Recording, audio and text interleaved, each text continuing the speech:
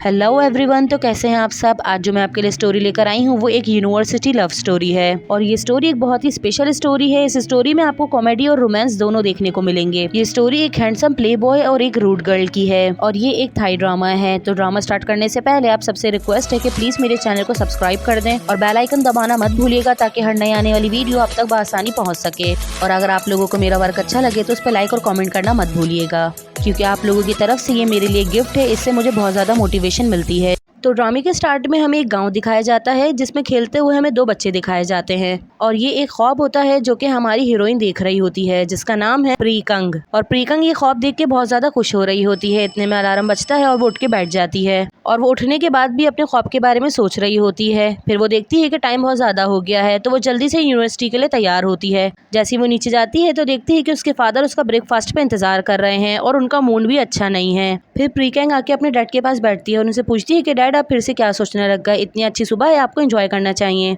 फिर इसके डैड कहते हैं कि बहुत मुश्किल है अच्छे से जीना। वो कहते हैं कि इन चीज़ों को देखो। ये देखने के बाद प्रीकंग हंसने लग जाती है, जिस पे इसके डैड उससे कहते हैं कि मैंने तुम्हें कहा है ना कि अपनी स्टडीज पे कंसंट्रेट करो। साथ ही कहते हैं कि पता नहीं किस तरह के लोग हैं जो हर रोज तुम्हें इस तरह की चीजें भेजते रहते हैं। मैं तो कभी कभी सोचता हूँ कि शायद इनके फादर की इस चीज की दुकान होगी। फिर प्रीकंग कहती है कि डैड आपको तो इस चीज पे प्राउड होना चाहिए कि आपकी बेटी बहुत ज्यादा खूबसूरत और अट्रैक्टिव है। ये सुनने के बाद उसके डैड खुश नहीं होते। फिर वो कार्ड उठाते हैं, उस पर लिखा होता है कि तुम्हारी आंखों से मेरा दिल पिघल जाता है। फिर वो प्रीकंग को दिखाते हैं और कहते हैं कि किस तरह की चीप लाइनें लिख के भेजी हैं। साथ ही उससे कहते हैं कि मेरी बात सुनो, हर मर्द बुरा है, कभी भी उन पे भरोसा नहीं करना। फिर प्रीकंग कहती है कि कम ऑन डैड, आप तो जानते हैं कि मैं डिफरेंट हूँ और मैं किसी से भी इतनी आसानी से प्यार नहीं कर सकती। फिर इसके डैड कहते हैं कि तुम श्योर हो ना, जिसपे प्रीकंग कहती है कि डैड आपको मुझ पर ट्रस्ट नहीं है। फिर इसके डैड एक और कार्ड उठाते हैं, उस पर लिखा होता है डीजे पीके। तो इसके डैड पूछते हैं कि ये क्या है। इस कार्ड को देखते ही प्रीकंग घबरा जाती है और फौरन अपने डैड के हाथ से वो कार्ड छीन लेती है। फिर इसके डैड पूछते हैं कि ये क्या है, जिसपे प्रीकंग कोई बहाना बना देती है और कहती है कि मुझे यूनिवर्सिटी के लिए लेट हो रहा है, मैं जा रही हूँ। और साथ ही कहती है कि आज मुझे आने में लेट हो जाएगी, मैं अपने दोस्त के घर पे रुकूंगी और मुझे टेस्ट की तैयारी करनी है। फिर हमें एक इंटरनेशनल यूनिवर्सिटी का दिखाया जाता है। साथ ही हमें इस यूनिवर्सिटी के एम्बेसडर से भी मिलवाया जाता है और ये हमारा पहला यू प्रिंस है जिसका नाम है सिप्तित। सिप्तित एक प्ले बॉय है और एक बैड बॉय भी है और आप इसको एक चार्मिंग काउ बॉय भी कह सकते हैं। फिर नेक्स्ट हमें एक क्लब का सीन दिखाया जाता है जहाँ पे हमारी हीरोइन प्रीकंग और अपने दोस्तों के साथ आई होती है। प्रीकंग की दोस्त ने इस क्लब में पार्टी दी होती है और उसने प्रीकंग को इनवाइट किया होता है एज अ डीजे। फिर प्रीकंग अपने दोस्तों से कहती है कि मैंने कहा है ना कि मुझे इस पार्टीज में प्रीकंग मत कहा करो, मुझे डीजे कहा करो। जिसपे इसके दोस्त से चढ़ाने के लिए कहते हैं कि हम तो तुम्हें प्रीकंग ही बुलाएंगे। फिर वो अपने दोस्तों को मारने लगती है। साथ ही कहती है कि मेरा नाम सबको पता चल जाएगा, इसीलिए मुझे डीजे बोलो। इतने में इसकी दोस्त उसका शुक्रिया अदा करती है और कहती है कि आज की पार्टी के लिए डीजे बनने का थैंक यू। जिससे प्रीकंग कहती है कि मेरी बेस्ट फ्रेंड ने बर्थडे पार्टी दी थी, ऐसा हो सकता है कि मैं उसमें ना आऊँ। फिर इसकी दोस्त बताती है कि हमारी इस पार्टी के सबसे स्पेशल गेस्ट यू प्रिंस हैं। ये सुनने के बाद उसके दोस्त काफी ज्यादा एक्साइटेड हो जाते हैं, जबकि प्रीकंग को इससे कोई फर्क नहीं पड़ता। फिर नेक्स्ट हमें प्रीकंग का दिखाते हैं, वो सबके लिए सॉन्ग्स बजाती है जो कि सबको बहुत ज्यादा पसंद आते हैं और वो इस क्लब की सबसे फेमस डीजे है और ये बात इसके डैड नहीं जानते। फिर इतने में यू प्रिंस इसको देख रहे होते हैं। वो कहते हैं अगर तुम इस लड़की पे हिट करने का सोच रहे होगे तो अच्छा है कि तुम रुक जाओ, क्योंकि ये लड़की ऐसी नहीं है कि जो आसानी से किसी के भी हाथ आ जाए। जिसपे इसके दोस्त कहते हैं कि सिप्तित के लिए लड़कियों को हैंडल करना मुश्किल नहीं है। जिसपे सिप्तित के साथ शर्त लगाई जाती है और सिप्तित कहता है कि मैं इसको पटा लूंगा। फिर सिप्तित उसको देखने लग जाता है। थोड़ी देर में प्रीकंग की नजर भी सिप्तित पे पड़ती है तो वो भी उसकी तरफ देखने लगती है। प्रीकंग उसकी तरफ देख ही रही होती है कि उसे अपना पास्ट याद आने लगता है। साथ ही हमें वही दो बच्चे दिखाए जाते हैं जिनमें से एक बच्ची प्रीकंग और दूसरा बच्चा सिप्तित है। इसी वजह से प्रीकंग हंस के देखने लगती है तो सिप्तित समझता है कि शायद वो मुझसे इम्प्रेस हो गई है। फिर वो उठ के प्रीकंग के पास आता है और उससे उसका हाथ मांगता है। फिर प्रीकंग भी खुशी खुशी अपना हाथ सिप्तित को पकड़ा देती है। फिर सिप्तित पूछता है कि हम एक दूसरे को पहले से जानते हैं। साथ ही उससे पूछता है कि तुम्हारा नाम क्या है। ये सुनने के बाद प्रीकंग का कुछ अजीब सा लगता है। साथ ही वो दिल में सोचती है कि इसका मतलब है कि ये मुझे अभी तक नहीं जानता और ये मेरे साथ फ्लर्ट करने के लिए आया है। फिर वो उससे अपना हाथ छुड़वाती है और उससे कहती है कि सो तुम मुझे नहीं जानते। फिर सिप्तित कहता है कि नहीं, मैं तुम्हें नहीं जानता, बल्कि सब तुम्हें जानते हैं कि तुम एक डीजे पीके हो, मगर मैं इस चीज में इंटरेस्टेड हूँ कि मैं तुम्हारा रियल नेम जानना चाहता हूँ, तो तुम मुझे बताओ कि तुम्हारा रियल नेम क्या है। फिर जिसपे प्रीकंग कहती है कि आई एम सॉरी, मगर मैं स्ट्रेंजर से बात नहीं करती। और ये सब कुछ उसके फ्रेंड देख रहे होते हैं और देख के हंस रहे होते हैं। फिर सिप्तित दोबारा से कोशिश करता है और उससे कहता है, फिर सिप्तित कहता है कि मैं जानता हूँ कि तुम मेरे बारे में क्या फील करती हो, तो इसलिए टाइम वेस्ट मत करो, मुझे अपना नाम बताओ। फिर प्रीकंग पूछती है कि अच्छा बताओ मैं क्या फील करती हूँ। जिसपे सिप्तित कहता है कि तुम मुझ में इंटरेस्टेड हो। फिर प्रीकंग कहती है कि तुम तो पागल हो गए हो। फिर सिप्तित कहता है कि तुम्हारी जबान तो बहुत ज्यादा शार्प है, अब मुझे बताओ कि तुम्हारा नाम क्या है। फिर सिप्तेत एक पानी का गिलास उठाता है और उसे कहता है कि मैं शॉक्ड हूँ कि तुम डीजे हो और ऊपर से बच्ची भी हो, ड्रिंक की जगह पानी पी रही हो। फिर खुद इस गिलास में से पानी पीता है। फिर सिप्तेत जबरदस्ती प्रीकैंग का हाथ पकड़ता है और उस पर अपना नंबर लिखने लगता है। साथ ही कहता है कि मेरे पास टाइम नहीं है कि पूरी रात में तुम्हारे साथ तुम्हारा नाम गैस करने का गेम खेलता रहूं। नंबर लिखने के बाद वो प्रीकैंग के करीब आता है और उसे कहता है कि मुझे कॉल करना जब तुम रेडी हो। साथ ही उसके हाथ पे किस करता है। साथ ही उसे कहता है कि बहुत ज्यादा खुशी हुई तुमसे मिलकर डीजे पी के, और ये कह के वो वहाँ से चला जाता है। दूसरी तरफ प्रीकैंग बहुत ज्यादा इरिटेट हो रही होती है। फिर सिप्तेत अपने दोस्तों के पास जाके बैठता है तो उसके दोस्त तालियां बजाने लगते हैं। दूसरी तरफ वो प्रीकैंग को देख रहा होता है और मुस्कुरा रहा होता है। साथ ही वो अपने दोस्तों से कहता है कि मेरे लिए इतना काफी नहीं है, मैं अपने दोस्तों को और जानूंगा। जिसपे उसके दोस्त कहते हैं कि अब तुम ये सब कुछ क्यों करोगे। जिसपे इसके दोस्त पूछते हैं क्या तुम पित्ता को रुलाना चाहते हो। जिसपे सिप्तेत कहता है कि कौन पित्ता, मैंने तो ये नाम पहले कभी नहीं सुना और मैं आज रात सिंगल हूँ। ये कहने के बाद इसके दोस्त इसके सिंगल होने पर टोस करते हैं। साथ ही वो कहते हैं कि तुम्हारे पास 3 दिन है, तुम इस लड़की को अपना बना लो। जिसपे सिप्तेत कहता है कि मेरे लिए सिर्फ 1 दिन ही काफी है। ये लोग दोबारा इस बात पर टोस कर ही रहे होते हैं जिसपे ग्रीक उनको रोक देता है। वो कहता है कि मुझे लगता है कि तुम इस औरत से हार जाओगे। फिर सिप्तेत कहता है कि तुम्हें पता है कि मैं आज तक किसी से भी नहीं हारा, बस अब तुम देख लेना, मैं तुमसे शर्त लगाता हूँ, मैं इसको जीत के दिखाऊंगा और अगर मैं जीत गया तो तुम्हारा पूरा वॉलेट मेरा। दूसरी तरह में प्रीकैंग का दिखाते हैं, वो अपने हाथ पे रखा हुआ नंबर देख रही होती है। फिर वो अंदर अपने दोस्तों के पास आ जाती है और उन्हें दिखाती है कि देखो इस कमीने ने मेरे हाथ पे नंबर लिखा है। ये सुनने के बाद प्रीकैंग के दोस्त बहुत ज्यादा खुश हो जाते हैं और उससे पूछते हैं कि किस यू प्रिंस ने तुम्हारे हाथ पे ये नंबर लिखा है।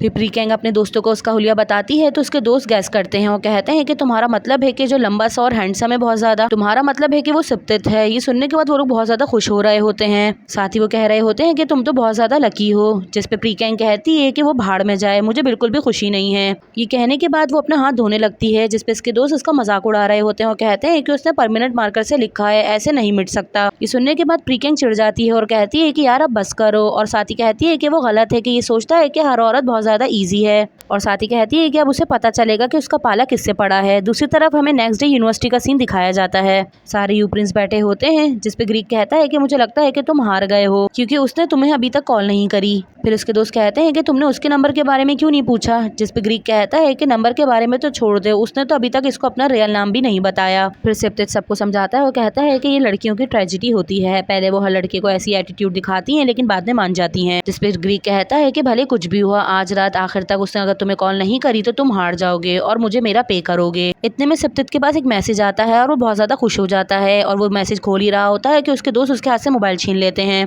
फिर सिप्तेत कह रहा होता है कि देखा, मैंने कहा था ना कि मैसेज लाजमी आएगा उसका। फिर वो मैसेज देखने के बाद मोबाइल ग्रीक को देते हैं। ग्रीक उससे पैसे मांगता है और कहता है कि लाओ मुझे मेरे पैसे दो। फिर सिप्तेत पूछता है कि क्यों। फिर ग्रीक उसे उसका मैसेज दिखाता है और कहता है कि ये देखो, और वो मैसेज देखने के बाद सिप्तेत की हवाइयां उड़ जाती हैं। दूसरी तरफ सारे ही दोस्त उसका मजाक उड़ा रहे होते हैं और कहते हैं कि देखा, मैंने कहा था ना कि वो लड़की इतनी ईजी नहीं है। फिर सिप्तेत प्रीकैंग को कॉल करता है और उससे कहता है कि हे यू, तुम्हें तमीज नहीं है कि तुमने एक लड़के को किस तरह का मैसेज लिखा है। लेकिन वो नंबर प्रीकैंग के डैड का होता है और वो उससे पूछते हैं कि तुम कौन हो। जिसपे सिप्तेत भी उनसे पूछता है कि आप कौन हैं। जिसपे उसके डैड उसे बताते हैं। साथ ही कहते हैं कि मेरी बेटी बहुत अच्छी लड़की है तो उसको परेशान करना छोड़ दो। साथ ही वो सिप्तेत को कुछ धमकियां देते हैं। जिसपे सिप्तेत खामोशी से उनसे माफी मांगता है और कहता है कि आइंदा से ऐसा कुछ भी नहीं होगा। और जैसे ही वो फोन रखता है तो उसके दोस्त बहुत ज्यादा मजाक उड़ा रहे होते हैं। जिसपे सिप्तेत चिढ़ जाता है और कहता है कि इसको कुछ खिलाओ ताकि ये बात ना कर सके। साथ ही सिप्तेत को बहुत ज्यादा गुस्सा आ रहा होता है। फिर नेक्स्ट हमें प्रीकैंग का दिखाते हैं। प्रीकैंग अपने दोस्तों को आज के दिन के बारे में सब बताती है। जिसपे इसके दोस्त कहते हैं कि मुझे तो उस लड़के के लिए बहुत ज्यादा सॉरी फील हो रहा है। साथ ही प्रीकैंग अपने बचपन के बारे में बताती है और कहती है कि ये सिप्तेत मेरा बचपन का दोस्त है। जिसपे इसके दोस्त पूछते हैं क्या ये तुम्हारा पहला प्यार है। जिसपे प्रीकैंग कहती है कि नहीं, ऐसा कभी नहीं हो सकता है, मैं तो उसके साथ इन्वॉल्व भी नहीं होना चाहती थी, लेकिन अब मैं क्या करूं। जिसपे इसकी दोस्त कहती है कि चलो छोड़ो, आज यूनिवर्सिटी की एनिवर्सरी है तो तुम उस शो में आ जाना। दूसरी तरफ हमें यूनिवर्सिटी के सेलिब्रेशन के बारे में दिखाया जाता है और उस सेलिब्रेशन के तौर पे सिप्तेत को बुलाया होता है, जिसके देख के काफी सारी लड़कियां बहुत ज्यादा खुश हो जाती हैं सिवाय प्रीकैंग के। वो उसे देख के काफी ज्यादा चिढ़ रही होती है। फिर सिप्तेत को माइक दिया जाता है, वो अपने बारे में बताता है। साथ ही कहता है कि आज यूनिवर्सिटी की एनिवर्सरी है इसलिए हमें कुछ सेलिब्रेट करना चाहिए। साथ ही सिप्तेत से कुछ सवाल किए जाते हैं जिसपे पूछा जाता है कि आपको क्या पसंद है। जिसपे सिप्तेत बताता है हॉर्स राइडिंग, शूटिंग और रेसिंग बहुत ज्यादा पसंद है। ये सुनने के बाद गर्ल्स बहुत ज्यादा खुश हो रही होती हैं, लेकिन प्रीकैंग बहुत ज्यादा बोर हो रही होती है। फिर सिप्तेत से सवाल किया जाता है कि सब जानना चाहते हैं कि आप ये बताएं कि आप सिंगल हैं या नहीं। जिसपे सिप्तेत कहता है कि मैं सिंगल हूँ। फिर सिप्तेत की नजर प्रीकैंग पे पड़ती है और वो काफी ज्यादा अजीब सा रिएक्ट कर रही होती है और उसको देख के सिप्तेत को काफी ज्यादा अजीब सा लगता है। फिर सिप्तेत से सवाल किया जाता है कि आप ये बताएं आपको किस तरह की लड़की पसंद है। जिसपे सिप्तेत कहता है कि मुझे हर तरह की लड़की पसंद है सिवाय उसके कि जिसके बाल बहुत ज्यादा कर्ली हो और उसकी जबान बहुत ज्यादा शार्प हो और वो हर बात में अजीब सा रिएक्ट करती हो। और सिप्तेत ये बात प्रीकैंग की तरफ देख के कर रहा होता है तो पूरी यूनिवर्सिटी प्रीकैंग की तरफ देखने लगती है। ये सुनने सुनने के बाद प्रीकैंग वहाँ से उठ के चली जाती है और सब सिप्तित को कह रहे होते हैं कि ये कितना स्ट्रेट फॉरवर्ड पर्सन है और सिप्तित ने भी ये सब कुछ उसको चढ़ाने के लिए किया होता है। दूसरी तरह प्रीकैंग का दिखाते हैं, वो मेकअप रूम में आ जाती है और उसको काफी ज्यादा गुस्सा आ रहा होता है। फिर वो सीट पे बैठने लगती है तो उसे सिप्तित की आवाज आती है। ये सुन के वो डर जाती है और पर्दे के पीछे छुप जाती है और थोड़ी देर में सिप्तित अंदर आ जाता है और आने के बाद वो हंस रहा होता है और वो अपने कपड़े उतारना शुरू कर देता है। वो अपना बनियान उतार ही रहा होता है कि उसे शीशे में कोई नजर आता है। ये देखने के बाद वो थोड़ा डर जाता है। जैसे वो बनियान उतार ही रहा होता है कि उसे पर्दा हिलता हुआ महसूस होता है तो वो जाके पर्दे को पकड़ लेता है। प्रीकैंग चिल्लाई रही होती है और कहती है कि प्लीज मुझे जाने दो, जिस पे सिप्तित कहता है कि नहीं, मैं तुम्हें नहीं जाने दूंगा, तुम हो कौन। जैसी प्रीकैंग अपना फेस बाहर निकालती है तो सिप्तित पूछता है कि तुम यहाँ क्या कर रही हो, जिसपे प्रीकैंग कहती है कि यहाँ मैं अपने दोस्तों का इंतजार कर रही थी, तो अब मुझे छोड़ो और मुझे जाने दो। जिसपे सिप्तित कहता है कि नहीं, हमें बात करने की जरूरत है, तुम ऐसे नहीं जा सकती। प्रीकैंग कहती है कि नहीं, मुझे तुमसे नहीं बात करनी। तो सिप्तित कहता है कि मैं तुम्हें जाने नहीं दूंगा। फिर वो उससे कहता है कि तुम्हारी हिम्मत कैसे हुई मुझे अपने फादर के नंबर से ऐसा मैसेज करने की।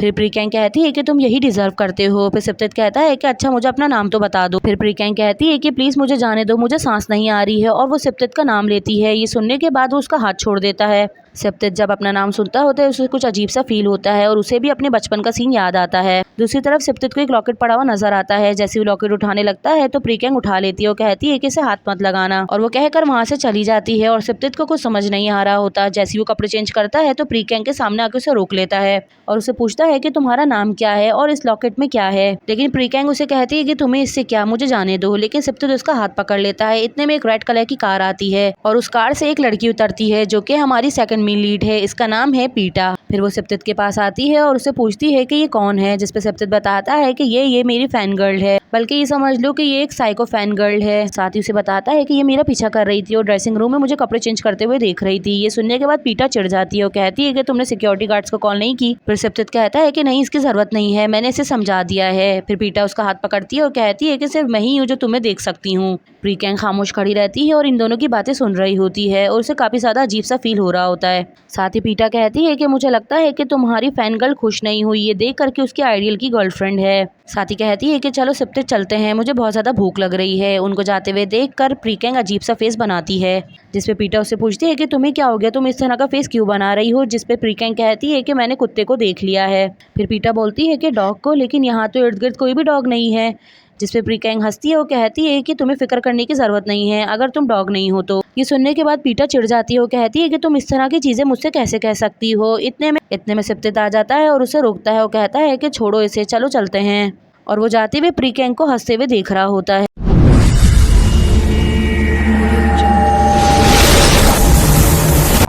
Everybody knows that I'm breaking down. Everybody knows I ain't faking now. Everybody knows my heart's vacant now. Yeah, she hates me now, I made mistakes but now I don't ever wanna be alone. I don't really ever feel at home. On my own, in the zone, that's the only way I know. Feeling